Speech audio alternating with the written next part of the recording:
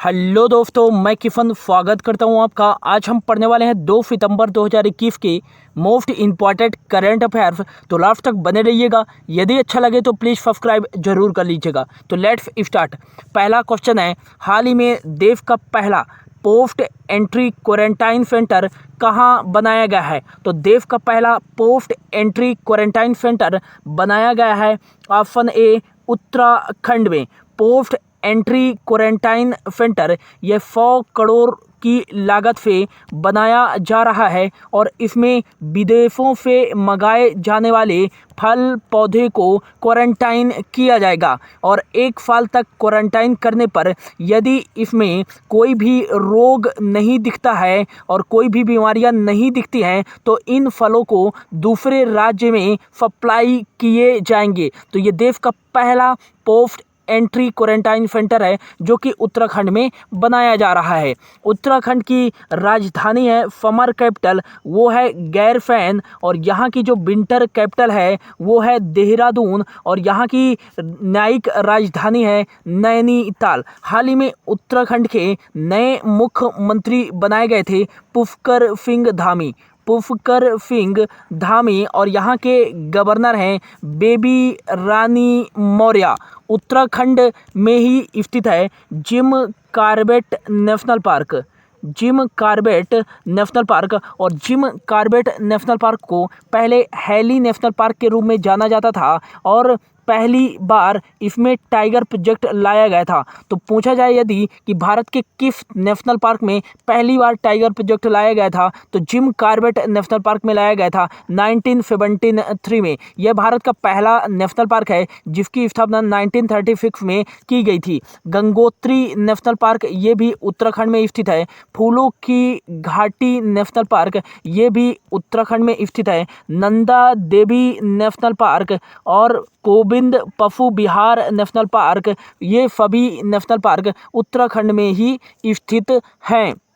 हाल ही में भारत का पहला क्रिप्टोगेमिक गार्डन कहाँ बनाया गया है? तो भारत का पहला क्रिप्टोगेमिक गार्डन उत्तराखंड में बनाया गया है। भारत का पहला फॉरेस्ट हीलिंग सेंटर कहाँ खोला गया है? तो यह खोला गया है उत्तराखंड में ही। और भारत और उज्बेकिस्तान के बीच में एक दस्तलिक युद्धाभ्यास का आयोजन ये उत्तराखंड के रानीखेत में आयोजित किया गया है। मोस्ट इम्पॉर्टेंट कि भारत का सबसे ऊंचा हर्बल पार्क कहाँ बनाया गया है? तो ये भारत और चीन की सीमा पर उत्तराखंड में बनाया गया है भारत का सबसे ऊंचा हर्बल पार्क, जिसकी ऊंचाई है 11,000 फीट। मोस्ट इम्पॉर्टेंट याद रखिएगा, हाल ही में कोविड-19 संक्रमण से अनाथ हुए बच्चों के लिए उत्तराखंड राज्य सरकार ने कौन सी योजना शुरू की है? तो वात्सल्य योजना शुरू की है। हाल ही में वंदना कटारिया जिन्होंने टोक्यो ओलंपिक्स 2020 में 3 लगातार गोल करने वाली भारत की पहली महिला हॉकी खिलाड़ी बनी है, जिन्होंने दक्षिण अफ्रीका के खिलाफ हैट्रिक गोल किया था, और उत्तराखंड राज्य द्वारा इन्हें 25 लाख का नगद पुरस्कार दिया गया है और उत्तराखंड राज्य के महिला एवं बाल विकास का ब्रांड एम्बेसडर भी बनाया गया है वंदना कटारिया को। नेक्स्ट याद रखिएगा कि हाल ही में हरेला महोत्सव कहाँ आयोजित किया गया है? तो हाल ही में हरेला महोत्सव ये भी बनाया गया है उत्तराखंड में। नेक्स्ट क्वेश्चन है, हाल ही में नोमैटिक फेस्टिवल कहाँ उद्घाटन किया गया है? तो नोमैटिक फेस्टिवल यह एक 2 दिवसीय त्यौहार है जिसका उद्घाटन किया गया है चांगथांग पठार लद्दाख में चांगथांग पठार के पाई जाने वाली खाना बदोफों की जो खाना बदोफ जनजातियां हैं उनकी संस्कृति और जीवन शैली को बढ़ावा देने के लिए यह नोमैटिक फेस्टिवल का उद्घाटन किया गया है लद्दाख के लेफ्टिनेंट गवर्नर राधा कृष्ण माथुर जी के द्वारा। और लद्दाख के चांगथांग पठार में कौन सी जनजाति पाई जाती है? तो ये चांगपा जनजाति पाई जाती है जो कि चंगारा बकरियां पालती है। ये चंगारा बकरियां एक दुर्लभ फाइबर पैदा करती हैं। कौन सी? पश्मीना पश्मीना फाइबर काफ़ी फेमस है। तो पश्मीना फाइबर किन बकरियों से निकाली जाती है? तो चंगारा बकरियों से निकाली जाती है। हाल ही में लद्दाख में एक और महोत्सव बनाया गया था, हेमिफ महोत्सव। हेमिफ महोत्सव ये भी लद्दाख में बनाया गया था। लद्दाख में है 2 डिस्ट्रिक्ट, एक तो है लेह जो कि लद्दाख की राजधानी है और दूसरी है कारगिल। यही भारत का सबसे बड़ा नेशनल पार्क हेमिफ नेशनल पार्क स्थित है। हेमिफ नेशनल पार्क जो कि हिम तेंदुओं के लिए जाना जाता है। 4400 वर्ग मीटर है इसकी टोटल क्षेत्रफल। हाल ही में BRO बॉर्डर रोड ऑर्गेनाइजेशन द्वारा दुनिया का सबसे ऊंचा मोटर योग्य सड़क कहाँ बनाया गया है? तो ये पूर्वी लद्दाख में बनाया गया है 19,300 फुट की ऊंचाई पर, और ये दुनिया का सबसे ऊंचा मोटर योग्य सड़क है जो कि पूर्वी लद्दाख में बनाया गया है। दुनिया का सबसे ऊंचा एयर ट्रैफिक कंट्रोल टावर कहाँ बनाया गया है? ये भी लद्दाख में बनाया गया है। और मोस्ट इम्पॉर्टेंट कि दुनिया का सबसे ऊंचा सिनेमा घर कहाँ बनाया गया है? तो हाल ही में दुनिया का सबसे ऊंचा 11,562 फीट की ऊंचाई पर सिनेमा घर बनाया गया है लद्दाख में ही। और पहली बार इसमें कौन सी फिल्म रिलीज की गई है? तो बेल बॉटम फिल्म पहली बार इसमें रिलीज की गई है, और यह एक मूविंग सिनेमा घर है और यह दुनिया का सबसे ऊंचा सिनेमा घर है जो कि लद्दाख में स्थापित किया गया है। हाल ही में योन टैब योजना 12,300 टैबलेट वितरित करने के लिए लद्दाख द्वारा ही शुरू किया गया है। जल जीवन मिशन के तहत पानी माह की शुरुआत लद्दाख द्वारा ही की गई है, और अपनी फर्स्ट डोज कोविड-19 की फर्स्ट डोज का पूर्णतः टीकाकरण करने वाला भारत का पहला यूनियन टेरिटरी कौन सा है? तो लद्दाख है। लद्दाख को 31 अक्टूबर 2019 को इसे यूनियन टेरिटरी बना दिया गया था, जम्मू कश्मीर से अलग करके। लद्दाख की संस्कृति तिब्बत के जैसे होने के कारण इसे छोटा तिब्बत, लिटिल तिब्बत भी कहा जाता है, और सिंधु नदी को लद्दाख का रीढ़ कहा जाता है। मोस्ट इम्पॉर्टेंट ये याद रख लीजिएगा। अगला क्वेश्चन है, हाल ही में पानी बचाओ योजना के तहत मुफ्त पानी देने वाला भारत का पहला राज्य कौन सा बन गया है? इसका राइट आंसर हो जाएगा गोवा पानी बचाओ योजना के तहत मुफ्त पानी देने वाला भारत का पहला राज्य बन गया है। इसके तहत 16,000 लीटर फ्री में पानी दिया जाएगा, जिससे गोवा के 60% परिवारों का 0% बिल आएगा, और ऐसा करने वाला भारत का पहला राज्य बन गया है गोवा। गोवा के मुख्यमंत्री हैं प्रमोद सावंत यहाँ के मुख्यमंत्री हैं, और हाल ही में यहाँ के गवर्नर बनाए गए हैं पीएफ श्रीधरन, और यहाँ की राजधानी है पणजी। गोवा की राजधानी है पणजी। रेबीज मुक्त भारत का पहला राज्य कौन सा है? तो रेबीज मुक्त भारत का पहला राज्य बना है गोवा ही। हर घर जल वाला भारत का पहला राज्य कौन सा बना है? तो ये गोवा ही बना है। और समान नागरिक संहिता लागू करने वाला भारत का पहला राज्य कौन सा बना है? तो ये गोवा ही बना है। हाल ही में लियोन मेडोका भारत के फर्स्टवे ग्रैंड मास्टर बने थे। अगला क्वेश्चन है, हाल ही में 100% वयस्क आबादी को कोविड वैक्सीन की पहली खुराक देने वाला पहला भारतीय राज्य कौन सा बन गया है? तो 100% वयस्क आबादी को कोविड-19 वैक्सीन की पहली खुराक देने वाला भारत का पहला राज्य बन गया है। यहाँ पर कट करके कर लीजिएगा, हिमाचल प्रदेश अपनी वयस्क आबादी को कोविड-19 का फर्स्ट डोज देने वाला पहला भारतीय राज्य बन गया है। हिमाचल प्रदेश के मुख्यमंत्री हैं जयराम ठाकुर, और यहाँ 2 कैपिटल हैं, एक तो शिमला यहाँ की समर कैपिटल है, और धर्मशाला यहाँ की विंटर कैपिटल है। हाल ही में यहाँ के गवर्नर बनाए गए हैं राजेंद्र विश्वनाथ यहाँ के नए गवर्नर बने हैं। ई कैबिनेट लागू करने वाला भारत का पहला राज्य कौन सा है, तो वो हिमाचल प्रदेश ही है। और मोक खेती शुरू करने वाला भारत का पहला राज्य कौन सा है, हिमाचल प्रदेश ही है। जल स्रोतों को पुनर्जीवित करने के लिए यह पर्वत धारा योजना हिमाचल प्रदेश द्वारा ही शुरू की गई है। और भारत और यूएसए के बीच में एक एक्सरसाइज हुई थी, वज्र प्रहार 2021 का आयोजन कहाँ किया गया था, हिमाचल प्रदेश में ही किया गया था। कोविड-19 संक्रमण के कारण मुख्यमंत्री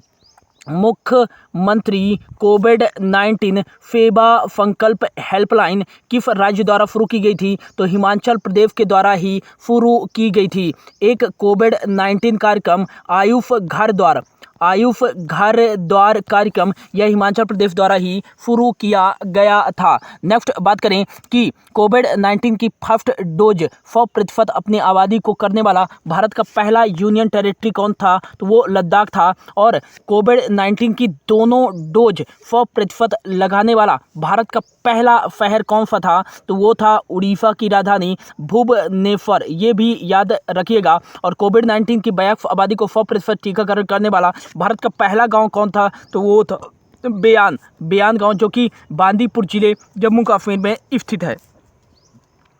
हाल ही में आनंदा मोबाइल ऐप किसके द्वारा लॉन्च किया गया है, तो आनंदा मोबाइल ऐप व्यावसायिक प्रक्रिया को समाधान करने के लिए और डिजिटल पेपरलेस समाधान करने के लिए यह आनंदा मोबाइल ऐप लॉन्च किया गया है। ऑप्शन ए LIC के द्वारा, लाइफ इंश्योरेंस कॉरपोरेशन के द्वारा यह आनंदा मोबाइल ऐप लॉन्च किया गया है। इसकी स्थापना की गई थी 1 सितंबर 1956 को। और इसके वर्तमान में अध्यक्ष कौन है, तो MR कुमार हैं इसके वर्तमान में अध्यक्ष। और इसका हेडक्वार्टर कहाँ है, मुंबई महाराष्ट्र में है LIC का हेडक्वार्टर। हाल ही में सरल पेंशन योजना किसके द्वारा शुरू की गई है, तो ये LIC के द्वारा ही शुरू की गई है। नेक्स्ट है SBI बैंक। SBI बैंक ने अपने योनो ग्राहक के लिए सिम बाइंडिंग फीचर लॉन्च किया है डिजिटली धोखाधड़ी से बचने के लिए। और ICICI बैंक ने हाल ही में 1 जुलाई राष्ट्रीय चिकित्सक दिवस पर सैल्यूट डॉक्टर प्रोग्राम लॉन्च किया है डॉक्टरों के लिए। और HDFC बैंक ने 1 जुलाई को ही राष्ट्रीय चिकित्सक दिवस के अवसर पर डॉक्टरों को सम्मानित करने के लिए सलाम दिल से पहल शुरू की थी। दुकानदार ओवरड्राफ्ट योजना यह HDFC बैंक द्वारा ही शुरू की गई है।